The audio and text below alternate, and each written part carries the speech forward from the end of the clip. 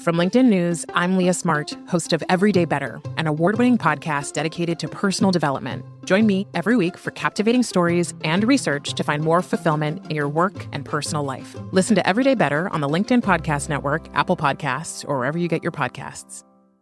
From LinkedIn News, I'm Jessie Hempel, host of the Hello Monday podcast. Start your week with the Hello Monday podcast. We'll navigate career pivots. We'll learn where happiness fits in. Listen to Hello Monday with me, Jessie Hempel, on the LinkedIn Podcast Network or wherever you get your podcasts. Hello, my friend, and welcome to another episode of Negotiate Anything. Thanks for spending time with us today. It's listeners like you in 181 different countries that have made Negotiate Anything the most popular negotiation and conflict resolution podcast in the world. I'm your host, Kwame Christian. I'm a business lawyer, mediator, professor, and the director of the American Negotiation Institute. Before we get started, I have two quick questions for you. Is negotiation a critical part of what you do? Do you need to resolve conflict and persuade at work? If you answered yes to both of those questions, visit our website to learn more about our negotiation workshops. We've traveled the country working with professionals just like you, and we'd love to have the opportunity to work with you too. Check out the link in the description to learn more. Jen, thanks for joining us. Thanks so much for having me, Kwame. Great to be back with you. Yes, it's great to have you again. Yes, you're one of the few who we have brought back because you are the perfect person to talk to in these crazy times we're living in. But before we get into all of that, let's do a reintroduction to the listeners. Can you tell us a little bit about yourself and what you do? Sure. I am the CEO of Alignment Strategies Group, where we work with CEOs and their senior teams to help them communicate across lines of difference more effectively, to help them create optimal outcomes for themselves, for their organizations and their teams, or create organizational health and vitality and growth. And so what that really means is that, my background is 25 years of conflict work. My Ph.D. is in organizational psychology with a focus on intractable conflict, which I'm sure we'll get into in a little while. I started my career out at the program on negotiation at Harvard Law School, working with executives and global leaders. And it's been 25 years of working with people in high conflict situations, from Israel-Palestine to the corporate boardroom, and anything in between. Fantastic. Yes. And so the day we're recording it, it's February 2nd, and we reached out to you early in January because living in America, there's been a lot of conflict recently. I don't know, maybe you haven't seen it, maybe other people have missed it. Right. But in America in 2021, we started off with a bang. And so I wanted to bring you in because of your background in intractable conflicts, those that just don't seem like they're ever going away. And one of the things that's been interesting about the work that you've done is the role of humiliation in the conflicts that we're seeing. And so I just kind of want to give you the floor and see where we should start as we analyze the situation we're finding ourselves in now and the role that humiliation, shame, those type of things plays into what's happening. Well, I started my research on humiliation and the role that humiliation plays in exacerbating long-term conflict in 2002. And this was obviously right after 9/11. I began doing my PhD at Columbia, and I got a little postcard in the mail saying, we're starting this new fellowship that's funded by the U.S. Department of Homeland Security. Would you like to apply? Because I had done some work with the National Science Foundation. And that's how that postcard came to me. And so I applied and proposed that I do work looking at the role that humiliation plays in exacerbating long-term conflict. And this was around the time of the Abu Ghraib debacle, where American service people had been found to be deeply humiliating people who were in the Abu Ghraib prison, and were, this was not a good thing. And so as we look at, and so then I had 5 years of my research funded by the U.S. Department of Homeland Security and did some fellowships and internships there. over my time, over those 5 years. And when I look at what's happening today in America, the lens that I bring is this lens of when you humiliate people, whether intentionally or not, you are more likely to see aggressive behavior. Or when people feel humiliated for any number of different reasons. What my research found, and I think it's not rocket science, is that when people feel humiliated, they will be more likely to be aggressive than if they don't feel humiliated, or if they feel that people are taking care of them and their needs. So we can say a lot more about that. Yeah, so it makes sense, right? It makes sense about how humiliation can lead to higher levels of aggression. And I think what would be interesting is to explore the different types of humiliation that exist and the various potential locations where it could come from. How can it come from? What's the genesis? So I think that would be an interesting starting point. What would be considered humiliating to different people at different times? Mm-hmm. Well, what your question makes me think about is, in my research, I looked at the different definitions of shame versus humiliation. And in the scholarly literature, the way that humiliation is differentiated from shame is that shame is a more private emotion that a person might take on themselves. You might feel ashamed when you are by yourself. But the reason why you might feel humiliated, in contrast, is that something has happened to you in a public sphere, even if that is only with you and one other person, but that someone has publicly noticed or seen, acknowledged something that has happened to you, that would lead you to feel ashamed if you were by yourself, but it's this public experience of it. And so also my research happened to be about the differences between feeling humiliated about a social identity characteristic like race, religion, nationality, gender, versus being humiliated about a personality characteristic, like whether you're introverted or extroverted, or anything that does not have to do with your social identity. And so what I found was that it was particularly when people felt humiliated about a social identity characteristic, they were more likely to become aggressive, versus when people felt humiliated about a personality characteristic, they were more likely to feel ashamed that this is something specific to me personally. I'm going to kind of bring it internally. I've read a little bit about, and you can imagine anecdotally, differences. You could think about gender differences there too, that women are more likely to bring a sense of shame inside of themselves and kind of feel sad or depressed as a result, versus men that might be more likely to lash out or become aggressive in response to feeling humiliated. So there's all these different ways to think about what do we do with when we feel humiliated. But the way that I think the way that I think about this today is that when you have a large swath of the American population who may be feeling humiliated about not being able to find a job and attributing that to the color of their skin, right? I'm a white person from the Bible Belt and jobs are going away.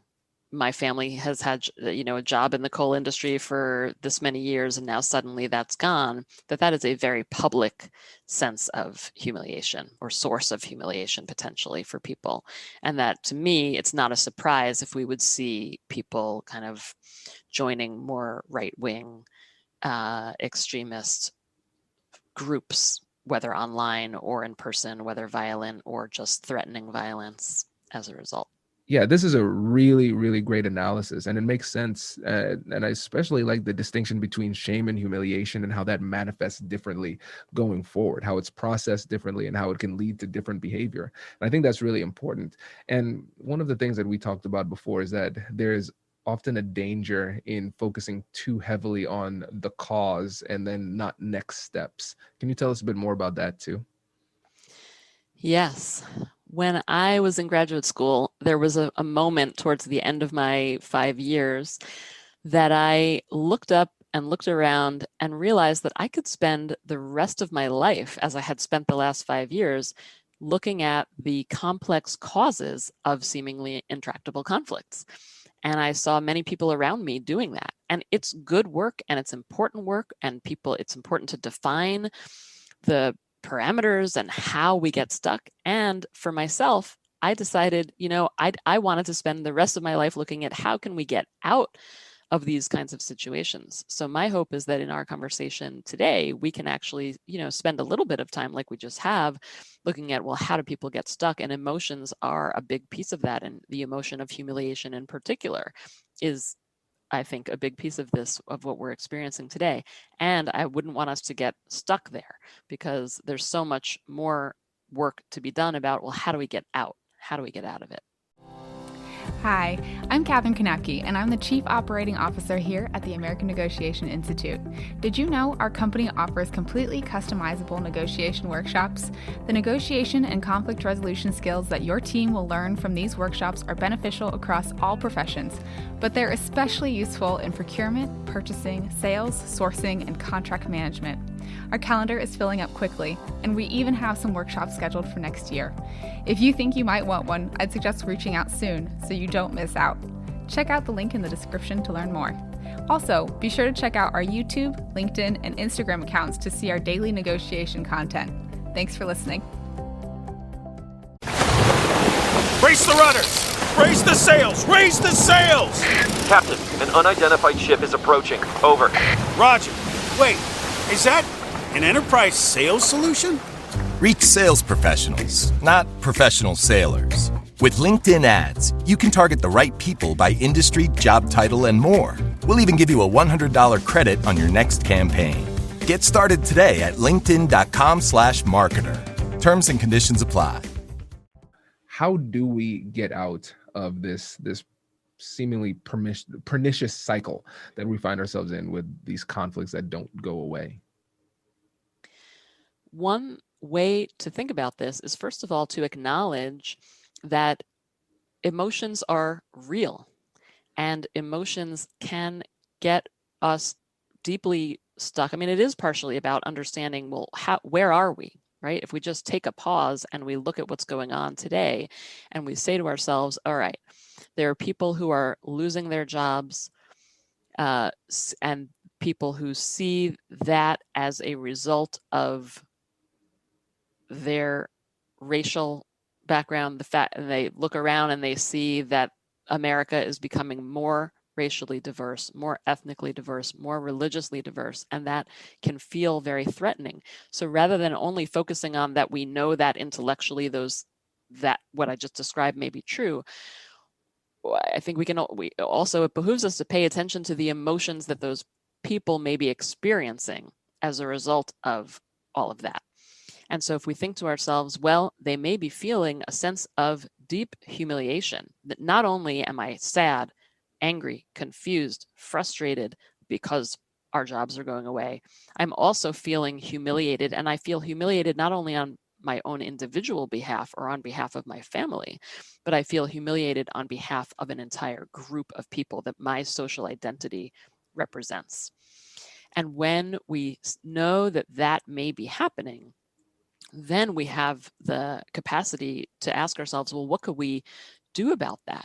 Right? And I would not suggest that what we want to do about that is to pander to people and say, well, we're going to bring you your jobs back, which is really like, in a way, not in a way, very clearly to me, what Trump was telling them, was saying, we're going to take care of the coal industry and we're going to make sure that there's coal jobs forever and ever. I mean, just to me, that is not how we handle it when people are feeling these ways, feeling sad, frustrated, angry, humiliated.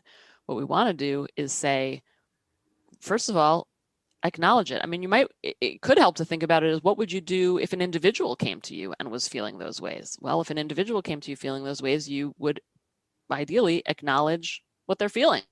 We get it. Get that you may be feeling angry, upset, depressed, not know where your next paycheck is coming from, humiliated. And then second is to say, to think for ourselves, what could we do to help turn this situation around over the long term, right? I'm not going to kind of give you back your jobs, because that's going to lead to other devastating effects with the climate, and we don't want to move backwards in society. We want to move forward. But how can we address the reasons why you might be feeling these ways, that's going to help you, that's going to help all of society at the same time? And to me, that's the real conundrum, is how do we create this kind of win-win? And the third thing that really does come to my mind is that we can predict that when people feel when people feel humiliated about a social identity characteristic, they are more likely to become aggressive and lash out at the people, particularly at people who they perceive to have wronged them.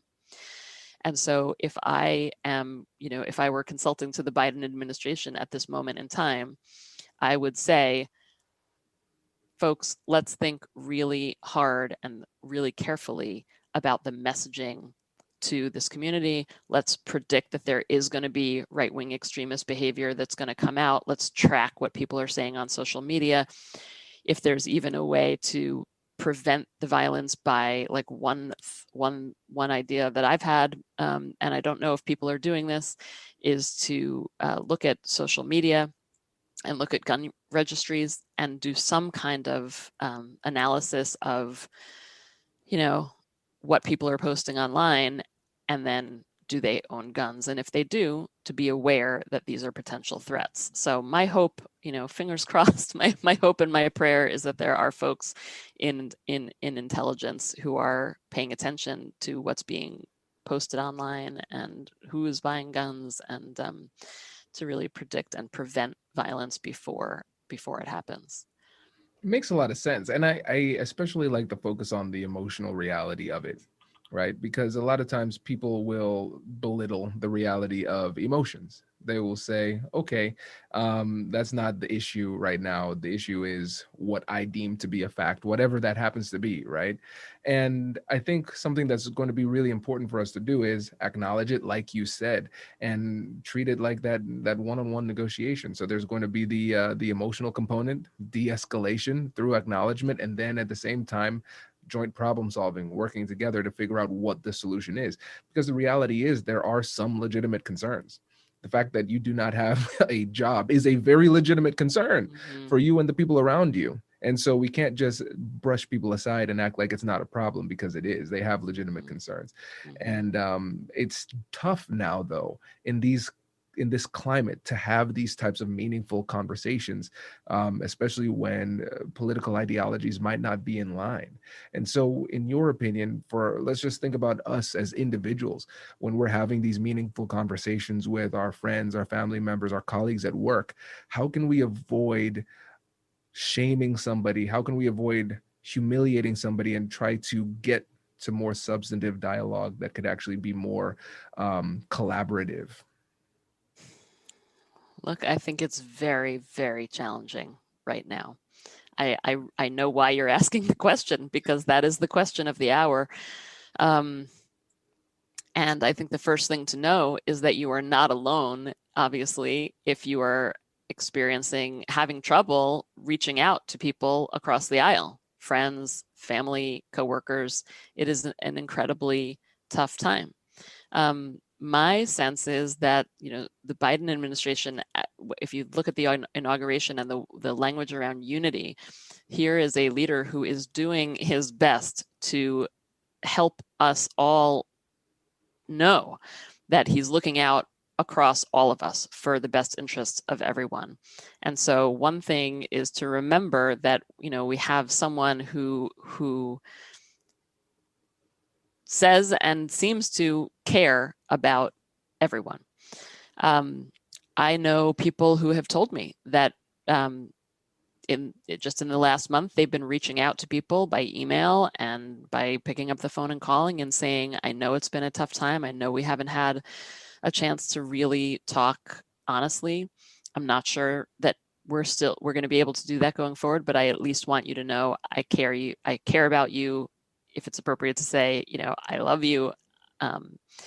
And I care about our relationship. I care about our friendship. I care about our working relationship. And I just want you to know I'm here if you ever want to chat. And then people can respond. To me, that was inspiring to talk to someone who had done that. But I think it's rare to find people who I think are willing to do that or able to do that. But even just putting that out there can be a good thing.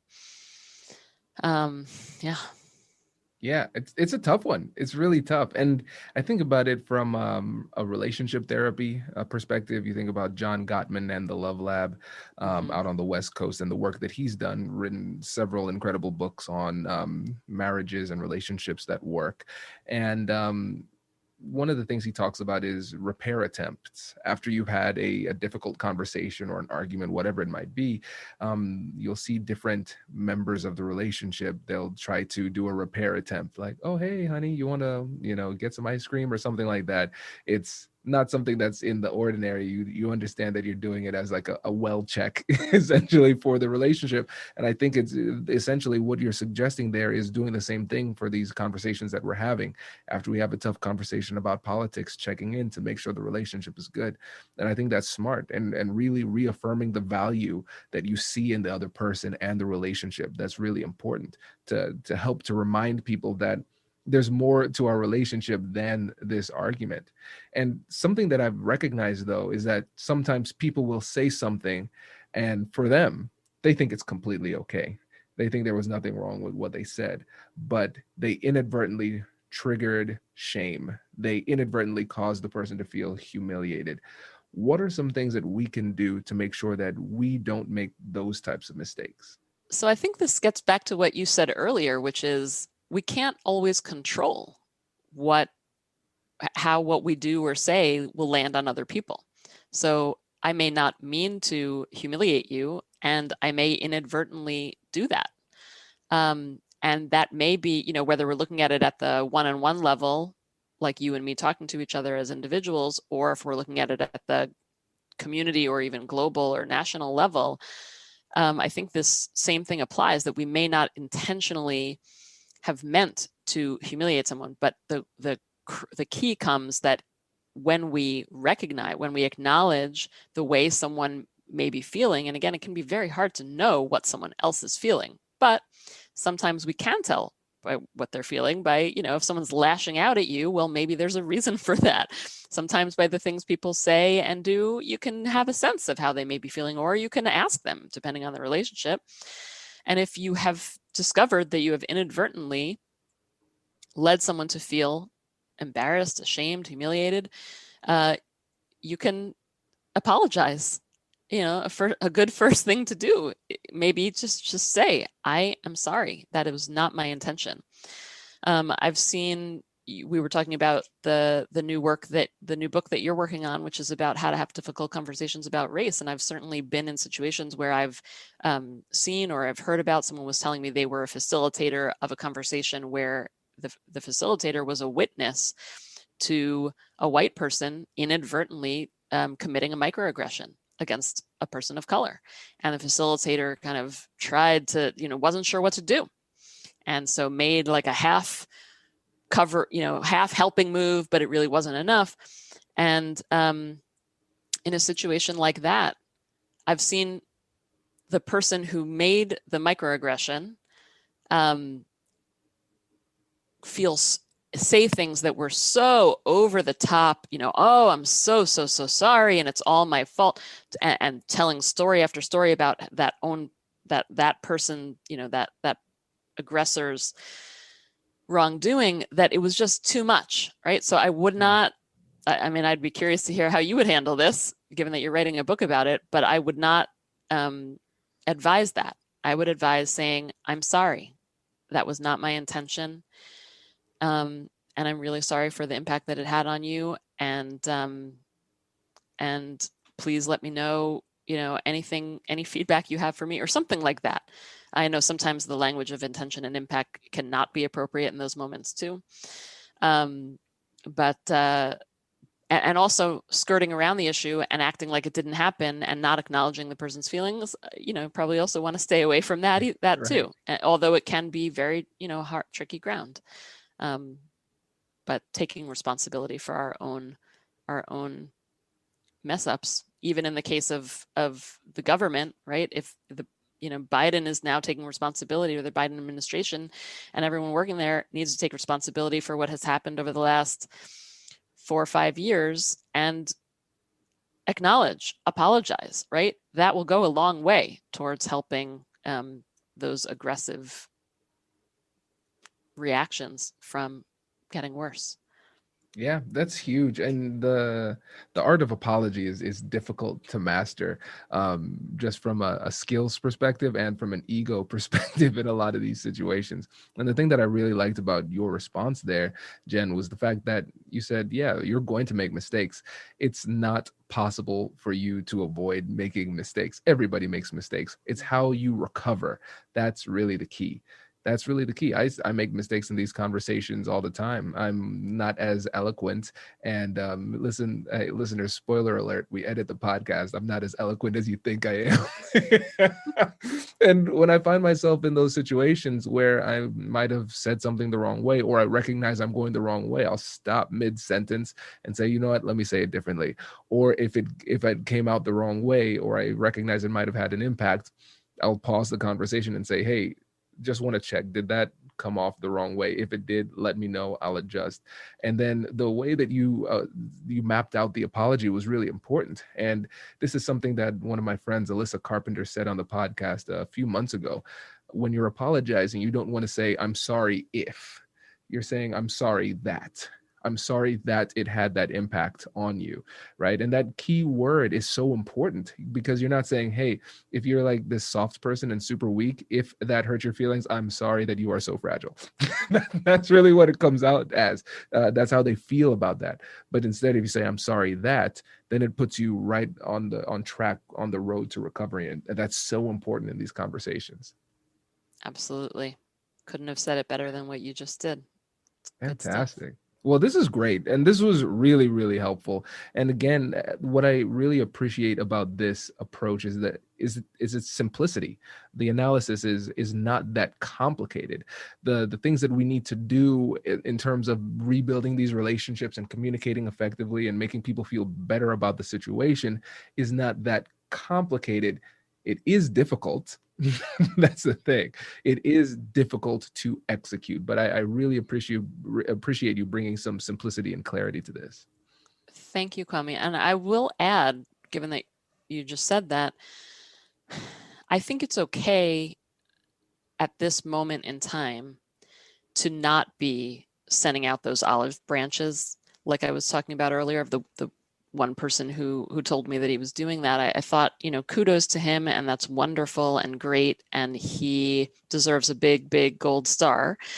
And I think at this moment in time, in my opinion, it's okay to simply not be contributing to the acrimony that we're seeing, to not be contributing to the violence, to not be contributing to the violence in words online. So we're going to have a big shift that needs to happen from the way it's been over the last, many hundreds, couple hundred years, and last decades and last 5 years. And so when you're making such a massive shift, on the one hand, you could think about it as you want this revolutionary change. On the other hand, if you're thinking about what you can do as an individual, I think it's fine to say change takes time. And right now, probably the most, if for you it feels like the most authentic thing that you can do is to just not do anything that would make things worse, that's good. And you also deserve a gold star, and that's fine in my book as well. Keep it simple. Keep it simple. I love it. And for those of you out there who say to yourself, I wonder what my conflict style is, and I wonder if there's some kind of tool out there, maybe a quiz perhaps, that could help me to figure out what my conflict style is. I guess that's a question I should ask you, Jen. Do you know of such a tool out there? Well, Kwame, it just so happens that I do. It's called the Conflict Habits Assessment, and you can take it online if you go to optimaloutcomesbook.com/assessment.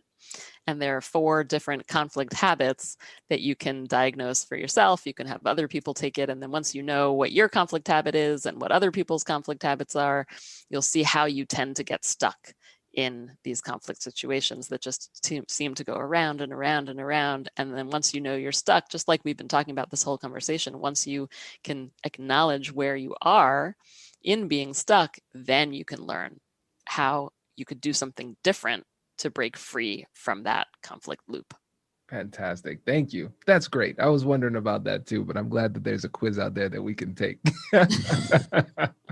Well, Jen, thank you again for coming on the show. We really, really appreciate it. Thank you so much, Kwame. It's always fun to be in conversation with you, even about such heavy topics. Likewise. Congratulations! You've just joined an elite club. By listening to a full episode, you're now officially on the Negotiate Anything team. So welcome aboard. What most team members do is they subscribe to the podcast because that allows them to automatically get the latest episodes of the show. The best things in life lie on the other side of difficult conversations. Keep learning, keep practicing, and keep getting better. Your relationships will improve, your career will soar, and you'll have the confidence you need to get the most out of these crucial conversations. Again, thank you for joining the team. We're excited to have you, and I will see you in the next episode. I'll catch you later.